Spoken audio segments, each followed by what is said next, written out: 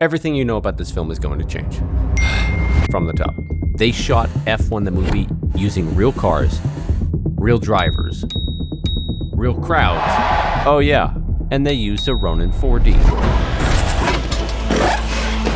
Get me a car. I'm going back to the airport.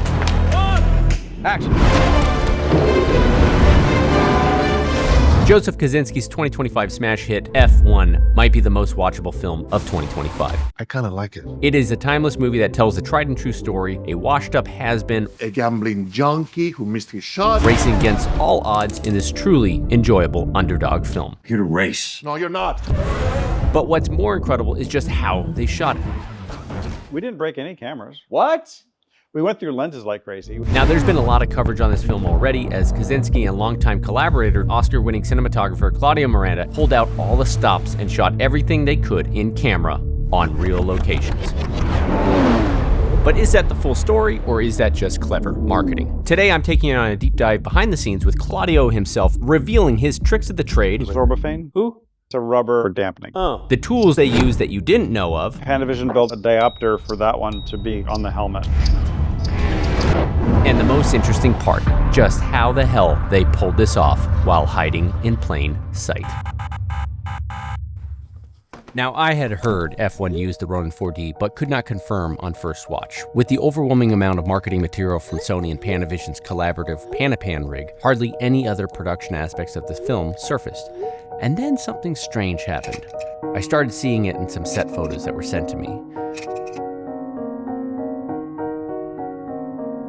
The big break happened a few weeks ago when the movie finally came out on streaming. In the background of the frames of the film itself, there it was the whole time. The Ronin 4D hiding. There, the unmistakable shape, standing out in the crowd. I found it over and over and over again. No way. It's right there! The chicken head. Holy shit! It started getting so bad, now when I watch the film, I can't not see it. Oh, they're not even hiding it. It's showing us the camera before it shows the shot from the camera. I know exactly where to look. Right there. And the sightings keep growing with every watch. It says Ronin 4D right there. Yeah, right there. I can even spot the shadow of the chicken head in some scenes. It started overwhelming my thoughts. Did they really use this many Ronin 4Ds? Why isn't anyone talking about it? I even started doing a drinking game every time we saw it in the background during movie night just to cope with the anxiety. I had to get to the bottom of this.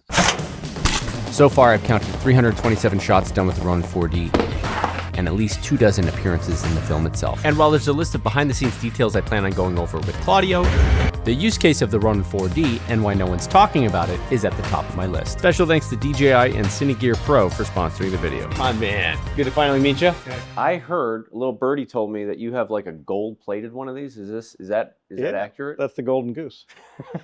Do you have a photo of this? Maybe. I think I do. Was that the one that you used, or was it? The golden. Yeah, that's the one I used. Yeah. Okay. Yeah. I gotta find a photo of this. Yeah, the golden goose. You guys are shooting production. You have the car mount.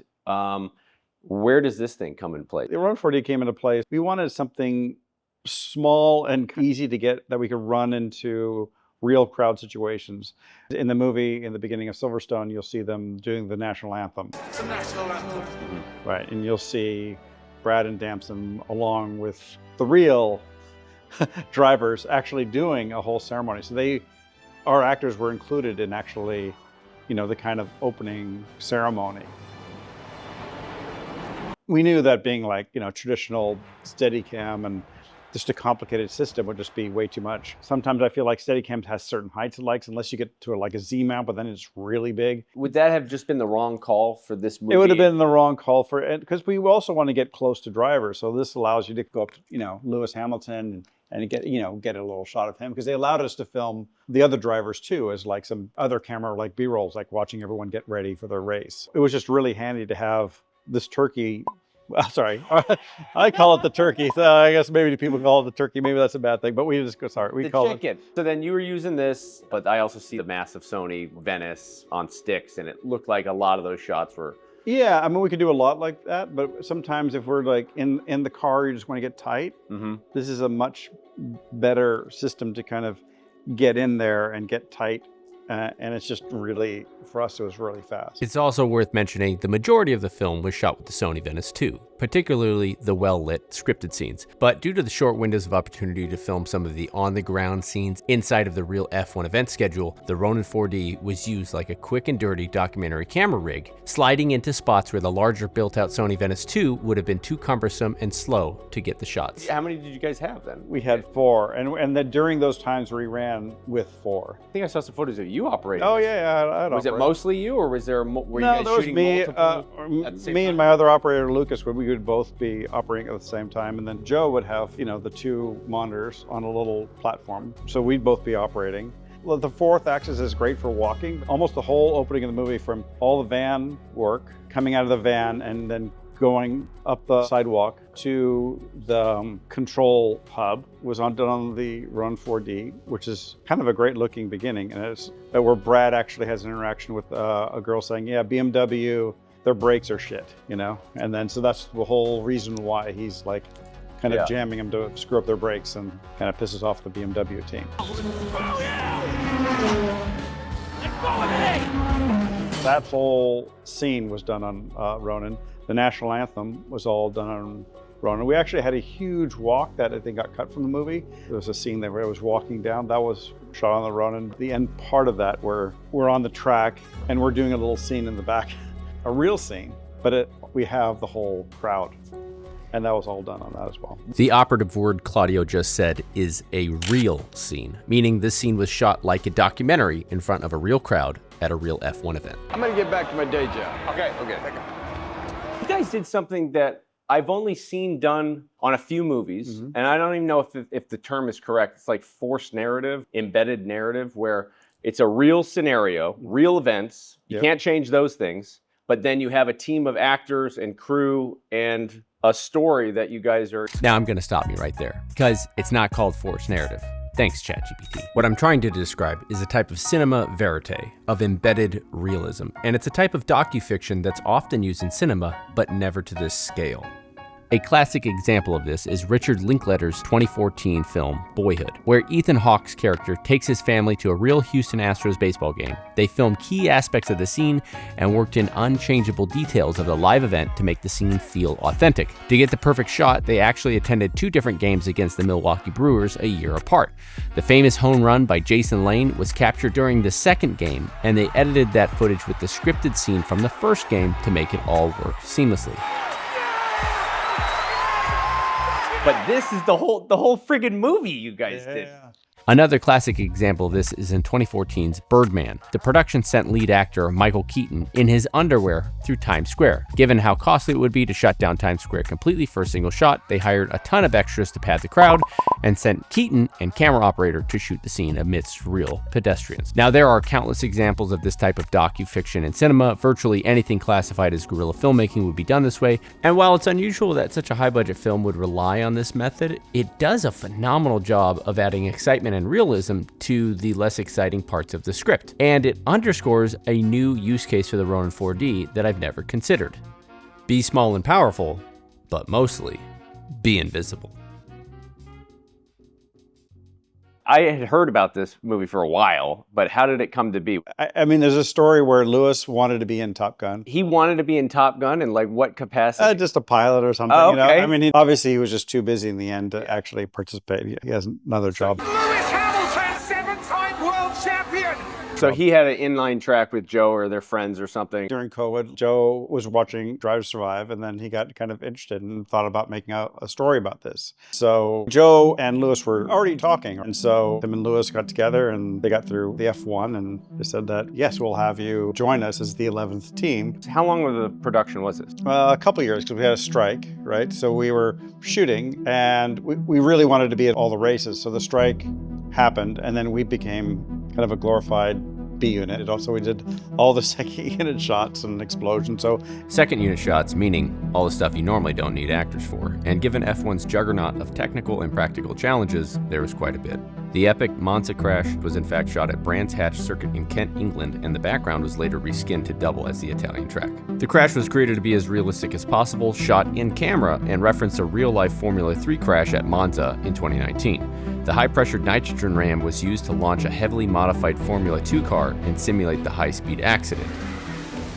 It was great because Joe and I liked being there as much as we can for it. Next season came, we had to revisit with actors, and then Brad at that time rode those tracks. This was like 23, 24 season of like F1 real. That's kind of going through both those seasons, yeah. Okay. What's interesting is this hiatus may have been a gift from the production gods, adding to its authenticity. This gave production more time to refine the script, which, according to numerous interviews, allowed both Brad Pitt and Damson Idris more time to refine their high-speed driving skills. And interestingly enough, we start the movie in Silverstone a couple years later, and I would say he's getting like 20% faster toward the end. So then how did the story come to be? From the ground up, they're like, we're going to shoot this from the back of these races, so we have to come up with a story where these guys are in last place and then just kind of make it work. Yeah, they're the underdogs. Actually, it's kind of great that it started in last place. You know, there's 10 garages of the normal team, and then we're kind of like another garage, the 11th garage, and we're in the line at real races. You know, we don't go out during the races. We go out between the races. Like during qualifying, if there's a 15-minute window between races, we would go out with our cars. In Silverstone, they make one qualifying lap and then they kind of go in before they start the race. And they allowed our cars to be at the back of the race, forming a real startup lap. And then before they come around, we have to get all our shit off the track. So how much time do you have? Like 12 minutes then? 10 minutes? Oh no, we got like a minute. You know, to get off the track. We could shoot it while it's going, and then the cars go out and they do their formation lap, and then they come back in. By the time they leave, we get to watch them go and make the corner, and then we got to like run and get our cars off the track. So this is an obvious but important distinction to make. Despite production using a real modified F2 race car and the driving skills acquired by the lead actors, the APX GP cars were never in any actual races or even practice sessions with the other real F1 teams. The staggering cost of those cars each range in the tens to the hundreds of millions, and the production, logistics, and insurance coverage alone would have made this simply infeasible. According to Dan Ming, who served as a camera tech and first AC on production, when the cars started the formation lap, the APX cars then had to leave the track by driving out the crash gates. We were standing in the middle of the track behind the vehicles as the cars started the formation lap with our Ronin 4Ds, and we had to get ourselves and our cameras off the track as well before the cars came around the full lap. So all of this begs the question, if APX GP cars were never on the track with the real race cars, how the hell did they pull this off? With warm tyres, ready to go. Cheeky shit. It's on purpose. When you guys were first starting, was it fully fleshed out script, or was it still trying to figure out how this was gonna? There was little normal modifications just to make things better, and then we'd have audience reactions, and the ADs would get the audience getting excited and look, hey, it's Brad running around the track, and everyone would kind of yell and scream. Okay, so the audience actually knew that you guys were shooting a movie there the whole time. Yeah, and then sometimes we would it would be on the thing, hey, we're shooting the movie for F1. Now, despite APX GP cars not being in any real races, director Joseph Kosinski still insisted on shooting as much of the real Grand Prix events as possible, using their own camera crew as well as live broadcast footage and incorporating it into the film. Even small crashes and position lineups of the other teams would be folded in, but with one creative caveat. All these are references from a race, and the one that flew, what we watched as a reference, I mean, that flew miles. Ours looks silly, but if you look the one that was on there too, you're like, oh wow, that's real. These are all modified F2 cars? F2 cars that were stretched out about 18 inches. They look similar enough to F1s that it's... Yeah. Well, Mercedes built the cladding that goes over the expanded F2 car. So they built all the parts, and a lot of the components came from Mercedes, and then a guy named Graham pieced the whole car together. Action vehicle supervisor Graham Kelly and his shop Action Factory fabricated 6 APX GP hero cars. 1 electric, and I think 3 or 4 what they call Mechachrome, which is like the higher performance one, and then there was, I think, a standard motor that I didn't think went out that much. The electric car was used throughout production for the scenes requiring multiple takes, where resetting quickly was essential. Since the Hero Mechachrome F2 cars could take over an hour to start, required air cooling, and didn't even have a reverse gear, Graham's team built a replica on a custom electric chassis. Powered by a 225 kilowatt Helix motor, it delivered around 300 horsepower through a 400 volt system. It was equipped with a reverse gear. The EV was perfect for filming. It eliminated exhaust fumes, noise, and heat management issues, making it ideal for pit lane work and repeated precision driving. Action! In addition to the 6 stunt cars, Graham's team also built a total of 10 crash cars for the various impacts of the film.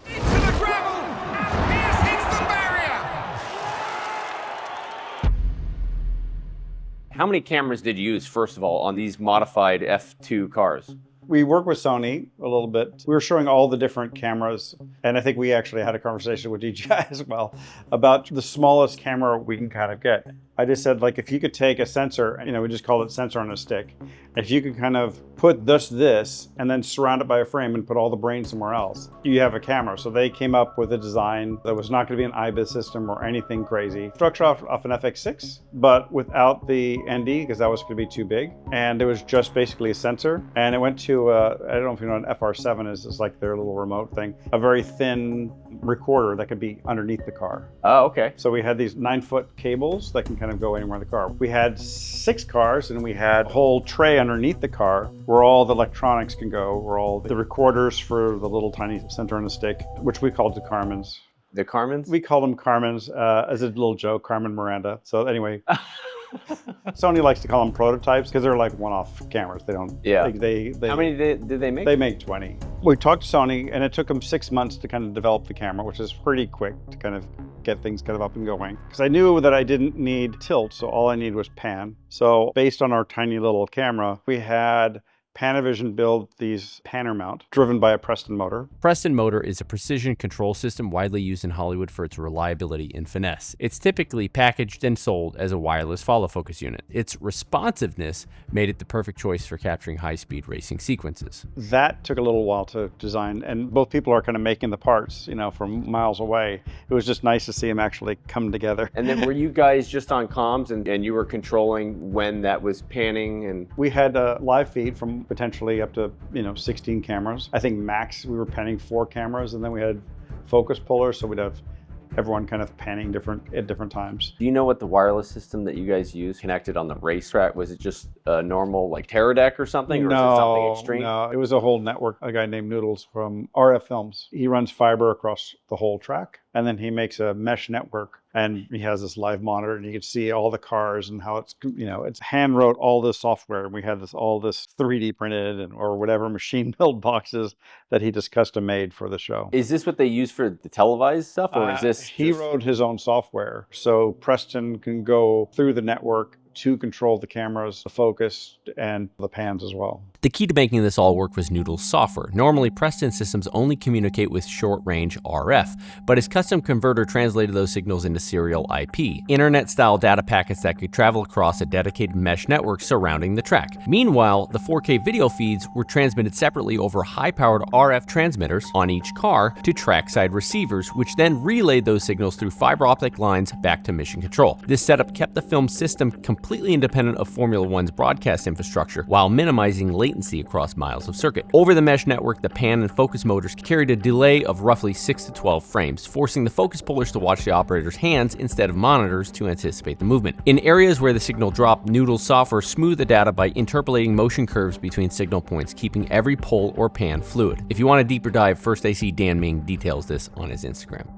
All of these are hard mounted to the car. When you typically mount to a car, mounting on a gimbal, in my opinion, does not make sense unless you want to move dynamic. Is that just Hollywood standard that you hard mount to a car? You hard mount to a car, but all these motors are not, they don't care about car mounts, right? These engines are just made to go fast. If you get closer to the engine, closer to the back of the car, it just vibrates a lot more. All that kind of translates into, a potential car mount, and especially the further out it gets. So we just had different layers of rubber. The center mounts were pretty good. We didn't have to play around too much with that. There's a center that's on Brad in the middle. That one was hard mount without any, what we call sorbothane. But when you start getting on sorbothane, is that like a rubber or something? It's a rubber. It's like it's made to kind of. I'm with Sorbothane Incorporated. Its attributes are shock absorption and... Sorbothane is the ideal material for a car mount. It's a unique viscoelastic polymer, meaning it can deform under liquid force, but then return to its original shape like a solid. It's been around since the 1980s, most notably used dampening the onboard cameras on Discovery shuttle launches. It's more effective than something like rubber, which rebounds energy. Sorbothane's liquid-solid properties absorbs 95% of shock energy and dampens vibrations by converting them into heat. While this sounds expensive, you can easily find this stuff on Amazon today. Thank you for visiting our booth today. Walk me through somebody that's mounting to the car. So the ones that are more profile, the outside ones, depending on the track and conditions, we had different levels of absorption for that. Rigorous testing to figure out how much. Yeah, if it goes over the rumble strips, you can't stop that. But you do want to connect with the eyes. If you're not connecting with the eyes, then you're kind of failing. So we do need to have a certain level of. We knew we couldn't go gyro stabilized. We tried that in our test. It came back in a bag of bolts. But yes, It destroyed the cameras? oh yeah, it just nothing could really keep up with that kind of G-force. I mean, they're pulling 5 Gs at times, and just there's a lot of force on a head. And I like the energy that it kind of gives you, this natural hard mount with a certain amount of this dampening. Yeah. Were these all of the cameras that were mounted throughout? For the most part, for 95% of all the mount cars were all those. I think Apple made some small cameras on real races that they could actually put on a specific little wing that goes on the car. So to get the perfect shot, Apple built a custom camera module specifically for the film that was housed in a specially designed enclosure fin that could be mounted in various ports in the airfoil on all Formula One cars and stay within compliance with weight and size regulations. This would be a perfect replacement of existing lower quality live broadcast feed cameras that are of the same weight and size and mounting points with a much higher quality, as recording would be done internally and various Apple accoutrements included like ProRes, log, etc. According to first AC Dan Ming, there were about 24 of those shots that made its way into the film. Damn, he's good.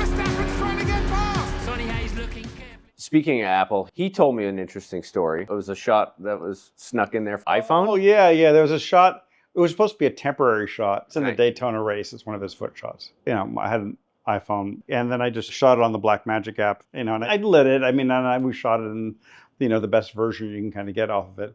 It was supposed to be a temporary shot for an editorial placement, and it actually just was in the movie.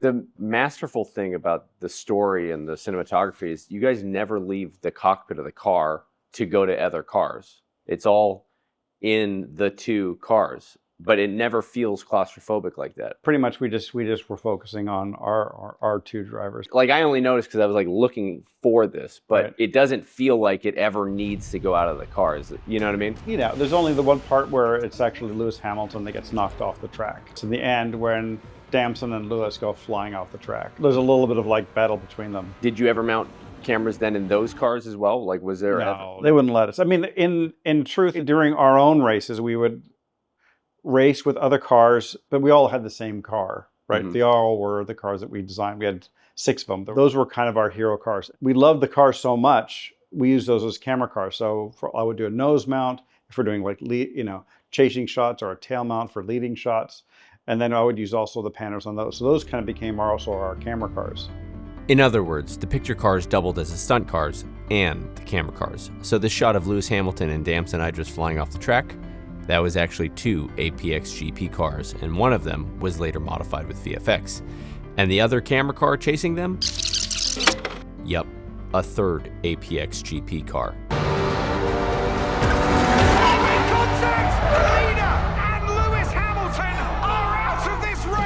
Despite yellow flags flying at turn 1, this race will... And how did that become a thing of we're going to do these modified F2 cars versus like a traditional camera car? Camera car just goes too slow. Camera car doesn't go 180, 200 miles an hour. That's true. But I've taken this 160 in a Tesla Plaid, and it's... You're not going to go around a corner at the same speed. That's true. You're going to slow down a lot. Yeah. And that's, so that was how you guys solved that problem, was we're going to modify a race car then to be the camera car and not try to build. we did have a Lola that was really fast, and that went 200 miles an hour, but it was actually great for all the Daytona stuff. We mounted a stabilized head for that one. We did do some arm car stuff, but that was mainly for passing. Yeah. For quick, for zoom bys and all that kind of stuff. And we knew that if we got an armed car, even though they were all hip hip hurrah, they're not going to go more than 90 miles an hour, and that's still way too slow. We just didn't want to do any like speed ramping tricks, shoot at 12 frames to get us to 200 miles an hour. And now we can go 100 or be on a biscuit rig. That'd be a really sad version of the whole thing. Biscuit rigs are those, take a frame, you put the car on a chassis and someone else drives the car. Oh yeah. You're definitely not going to take a corner very fast, Yeah. And that's going to be pretty unexciting. I mean, it feels like everything is in camera. Yeah, no, Brad's going 180 miles an hour. So how much on screen are we seeing that's like real events versus traditional traditional studio, you know. For the races, there's no traditional studio. That was real. There was no virtual rooms or whatever, that, you know, screens or anything like that. I still feel the audience would have sensed it. And in those like battle scenes, you know, Plan C, where he's, you know, rubbing tires and stuff like that, that's one of the 6 cars. They're really close. Like sometimes you would see 2 cars and they're getting really, really close. There's a time in Hungary where the cars are getting just, and I was like, even me, I'm going like, you know, we had a great, you know, the drivers were really great on our show. We had a guy named Luch and a guy named Craig, and they were just incredible drivers, able to get the cars just. These are the stunt drivers that were doubling for Brad. And actually, they really are. They actually have driven in, you know, F2 and F1 races. Ironically, Luch, who was a real-life former F2 champion, also played the fictional character Luca Cortez in the film, who was the APX-GP reserve driver who kept losing his seat to Sonny Hayes. Never thought I'd say this. Has anyone seen Luca Cortez? How much of it was VFX and like maybe the invisible VFX, you know, making things that were captured in camera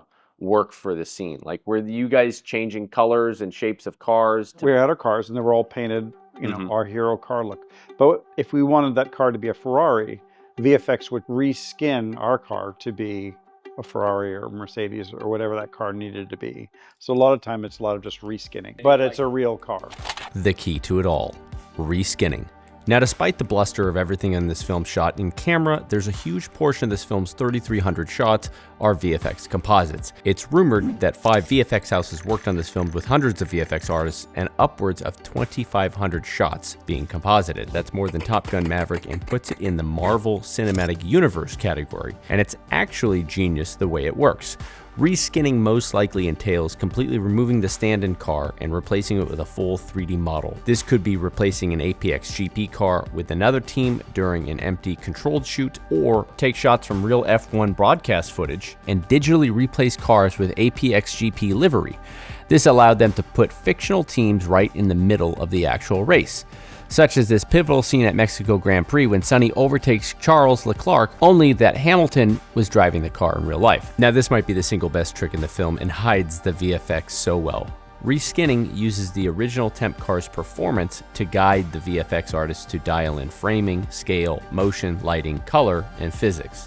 You know, all the shit that's required to pass the smell test. This extensive digital work didn't just stop at one car. Often it was multiple cars to maintain consistency, and it also involved adding backgrounds such as crowds and advertisements that may have been pulled down. The visual effects team at Framestore also had to make live broadcast footage feel cinematic and believable. What was the experience matching all these different sensors and color science? Because it looks clean across the board. Like, it doesn't look like you're using 50 different camera sensors, you know? There was 50 different, well, probably, because we're using real broadcast. We have to go from 50 frames per second, and then we have to convert down to 24, and then, so there's a little bit of sauce in there. This secret sauce, according to VFX supervisor Robert Harrington, was motion blur. On broadcast footage, we added motion blur on top to give the sense of that 180-degree shutter. But motion blur was the easy part. Matching the digital cars to the broadcast footage was a huge challenge. Production brought in 3D LiDAR mapping specialist Clear Angle Studios to perform detailed terrestrial scans and aerial photogrammetry across 6 Formula One circuits included in the film. Each location could take up to 6 days to capture. At Silverstone alone, their team recorded over 1,800 individual LiDAR scans, more than 13,000 high-resolution drone photographs, and nearly 2 terabytes of data. These scans would give VFX artists a high-resolution 3D model of each track. It's rumored Clear Angle Studios also erected on location 2 full-body capture machines, one of them affectionately called Jean-Claude Van Scan, to scan various models and props. But production still needed one more component: the POV from the track. So VFX supervisor Ryan Tudhope and Panavision teamed up to build a custom camera array. This array carried 7 red Komodos and a red Monstro to capture clean 360-degree plates of the circuit and skies. The Komodo's global shutter eliminated rolling shutter skew, and the array's position were carefully calibrated to the onboard cameras inside the racetracks. This camera array car was deployed on some tracks just hours before the race, capturing in detail crowds and signage that would later be removed. This component would allow VFX teams systems to composite in real environments, clouds, and reflections back into the controlled portions of the shoot when the actors would be driving the cars. We would run our cars, and they would actually film our cars going around, real broadcast. And don't they have those big, massive... And they have the massive zooms, and they're actually really great operators. We'd have our operators, and they'd kind of like follow the cars. But those operators, that's what they do for a living. They just like, they're used to that. They would have that car on, 200 mil lens, and it'd be just bullseye center the whole time. And those guys are amazing. How much were you involved then on that final look? Some DPs are super involved and some DPs... No, I'm always there at the grade, and we always talk about it. And we talk about it during the job too. For instance, in Monza, when it goes from like sunny and it starts going darker and darker and darker. And then we kind of play with this toe and exposure. We just kind of made it darker, more moody as we went. It's getting tricky out here, guys. What's the plan? That scene looks awesome to me. The opening shot everyone talks about. How did you guys pull that off? You're talking about the opening to Silverstone? Yes. Yes. Yeah. That was helicopter, then to car. It was a helicopter shot over. Inside was Venice 2. Venice 2, yeah. And then we went to our Carmen's on a slightly similar focal angle. And then it's a digital stitch. An impressive feat, dropping a helicopter from a 1,500-foot descent to match the speed of an F1 car for a close-up. Behind the shot, UK-based action duo Aerial Film Company, pilot Will Banks and aerial DOP Phil Arntz. You've definitely seen their work before.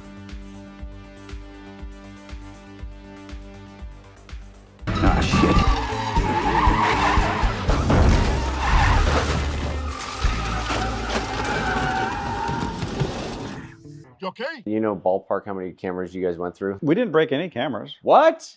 We went through lenses like crazy. On all the car mounts, those were Voigtlanders because we just needed small. What, like 21 millimeter or something? 10s. Oh. Which there were some angles we did a lot of 10s on for looking forward. We had 10, 12, 15, and a 21 Voigtlander, and then we had 21, 25, 35, and then 50 Loxias. To put in context, because I've done this before, but the amount of rocks that are being kicked up at 200 miles an hour just destroy lenses. It just destroy lenses. On the 10 mil, you can't put a filter in front. Too bulbous? Too bulbous. So they were just disposables. We'd run them a couple times and then you throw them away. So we get like 1 or 2 races and they were just disposables. I mean, did you guys have a line to Voigtlander? Like, we need another 50? Yeah, I don't know how many we went through, like 30 or something like that. Should Voigtlander be sponsoring this video? They did great. They supported us, I had heard a rumor that the helmet mount shot, there's like one where it's on his eye. The eye shot was actually one of those. Okay, so that rumor is true. Yeah, we had Panavision built a diopter for that one to be like on the helmet. It was like an Osmo Action 2 or 3 or something? 2,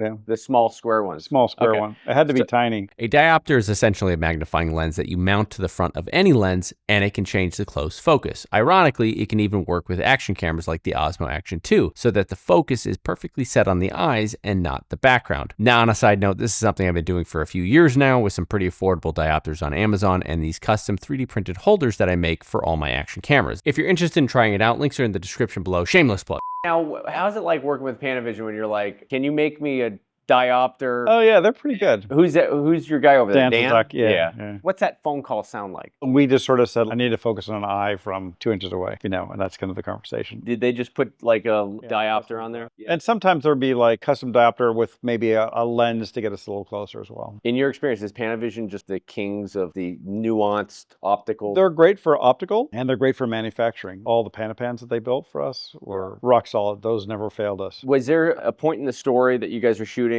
where you came up with an issue that you didn't know how to solve and that you eventually overcame? Feels like a movie like this would be a million of them. There was a little bit of an issue of just logistically what we wanted to do. I remember Joe wanted a boom up shot at the end watching the cars go away. Of course I tried to get like a Ukraine arm because I said, God, we can do a Ukraine arm. I could do a normal like boom up and then we just drive it off. The fastest thing you could possibly do. And if I didn't want anything to do with that, they said, you can't bring another vehicle on there. I said, oh, okay. Ended up using the little extension system on a little speed rail pull. And we just did the shot like that. We rehearsed it outside to make sure we did the move because we just wanted this kind of boom up And then were you just on monitor using the sticks or master wheels? Yeah, just on the wireless monitor. Just the wireless monitor. Yeah. What was the lens that you used on this? We just used the G Masters on those. What was the selection process like for that? Why Sony? I just wanted something with internal motors already built in. I would have a lens in my pocket. I wanted to switch it without dealing with motors or anything like that. We use the Lidar as well. Like your camera already senses what lenses go on, the profile's loaded. Like you can control the iris and the focus all on their remote handset. And it's just a super quick way to work. We were just such a run and gun that I just didn't want to get into a lens system where I had any more complication. Were you guys shooting on the 6K head or the 8K? We started on 6K. Oh, yeah, because the 8K wasn't out yet. And then we flopped over to the 8K head. The beginning Silverstone, like that was 6K. The national anthem, that was 6K. And then the beginning, which was done a little bit later, the Daytona, that was on the 8K. In my experience, the 8K feels like it just grades easier and it's just better white balance, holds Yeah, I colors love the 8K. better. Intercutting that with like high-end Sony, Venice, do they just hold the structure together so much better in terms of color bit? So you can just really push stuff around? Yeah, like you just have more room if you want to bring in the sky. Like for the opening aerial coming into Silverstone, that was Venice 2. And just having more bit dips allows you to kind of stretch something more interesting to the sky that was there before. Yeah, when I said I like straight talk, I meant me. Is there such thing as too much dynamic range where you have to destroy some to make it tasteful? Or is it, you can never have too much? Because you get that HDR look. Yeah, I guess for HDR, it's good to have dynamic range. I mean, do I want to see the ball of the sun like perfectly? No. You know, does it look good when it blooms out? I think it looks good when it blooms out. Do I want to see a spot? Like, 'cause that's what, you get the sun like perfectly in? Not sure, You're the type of cinematographer that embraces new technology. What was your connection with Ronin 4D on the early level? Well, I definitely saw this 4 years ago, and Ms. Stewart brought me to the shop, and we looked at it, and I thought, wow, this is a totally new idea. Well, firstly, everyone's always kind of scared about using, they just say like, is this a toy? Or is, that's the big thing that a lot of people kind of like instantly kind of react. And I go like, no, you could really use this for, get in there small. And, I remember just testing it and putting it up in a high corner and just using it as a remote head. Like it's really fast for all that stuff. Yeah, my biggest takeaway was everything's built in and modular and no rigging and no cables. It's No cables. It's all easy. And I just love how it could just do a bunch of things on its own. Use wheels if you want to. You could do, a cable cam system, and then you could have wheels on there as well. And the NDs were all built in, which I thought that's kind of amazing as well. Yeah, I wish they would make a gradual ND for that, so you don't get the curtain. I know. Sometimes they're a little polarizing, though. So like sometimes a little bit. Like Is there a color change? The Venice, talked to them about putting the hard ones in there because sometimes the variables are a little hue shifty. So this is actually better in the sense that it's more color accurate, less of that variable change. I tend to think that's a more pro way to go. Yeah. And if you want a variable, I guess you could always add something on it. But I think they're getting better and better. I just always preferred the way color rendition, because if you're putting a polarizer and then you're also like doing that kind of stuff, there could be potential for a little bit of a mess. Whether if it's just a straight glass, you just know that you're okay. Yeah. That makes sense. I had talked to a DP that said he was using a polarizer on skin tones to cut the extra little, and I never heard of that before. Oh yeah, it does that too. And sometimes I find that the electronic NDs do that as well.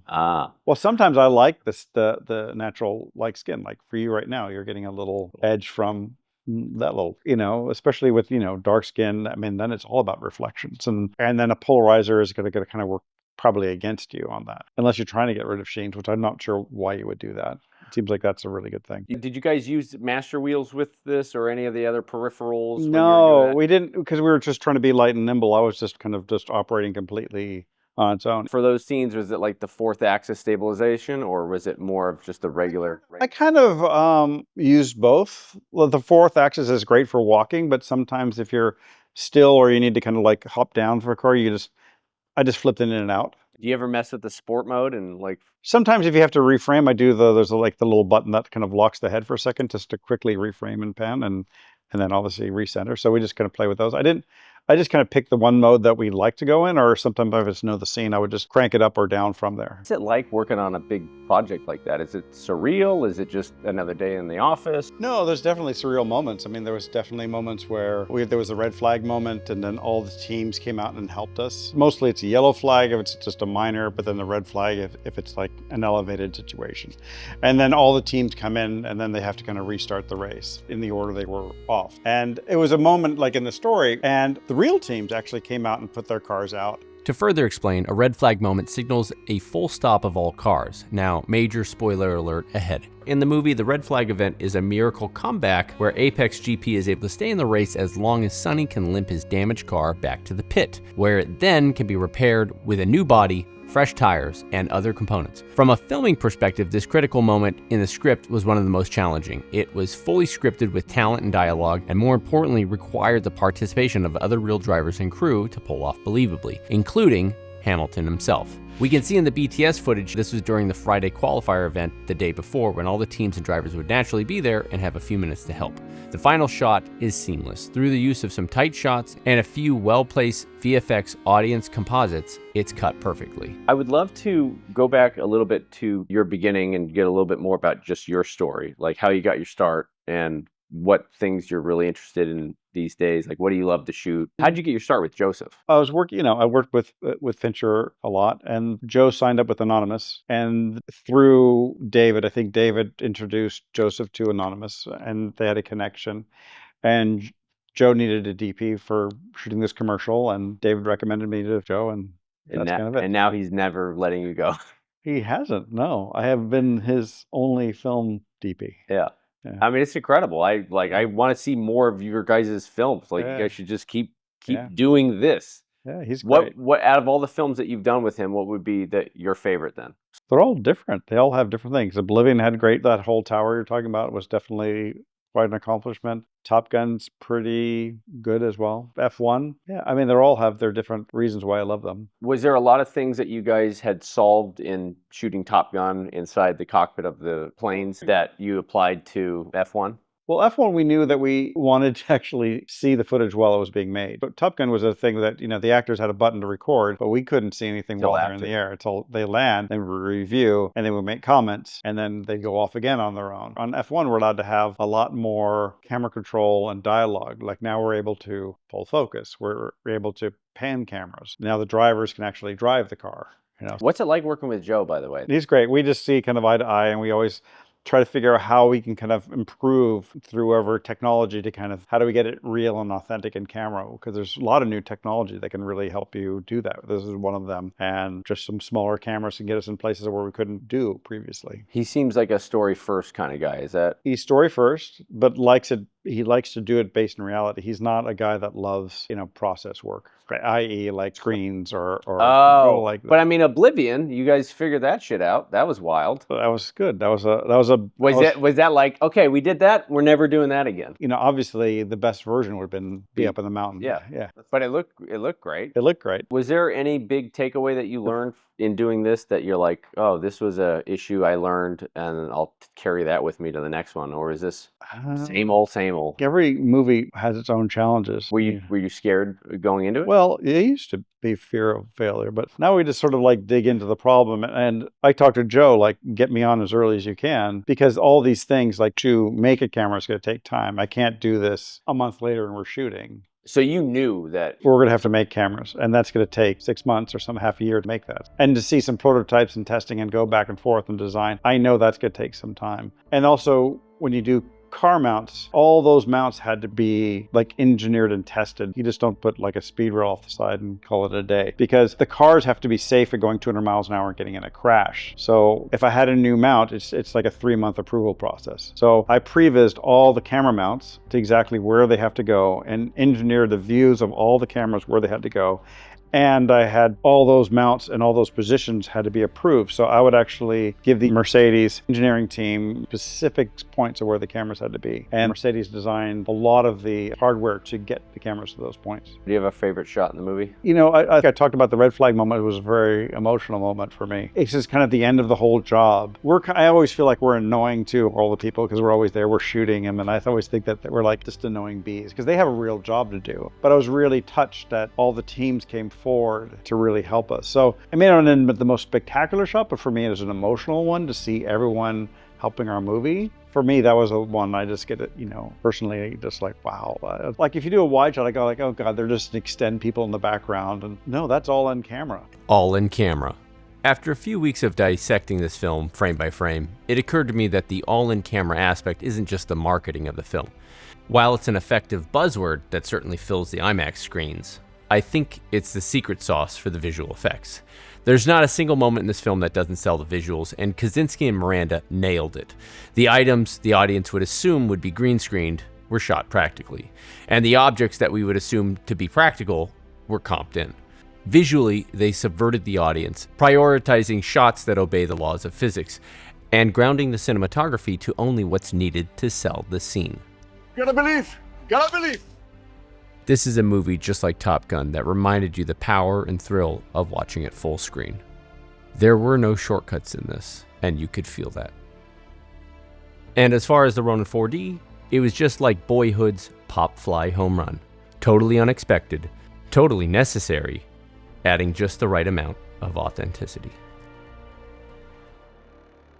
Did you get a ride in the car? Or they don't have seats, right? None of these have seats. It's just one. You're either driving it or that's it. You're either driving it out. They didn't let us drive it. Damn it. Oh, they wouldn't let me, you know, they promised. They said I would get a ride, but they didn't give me a ride.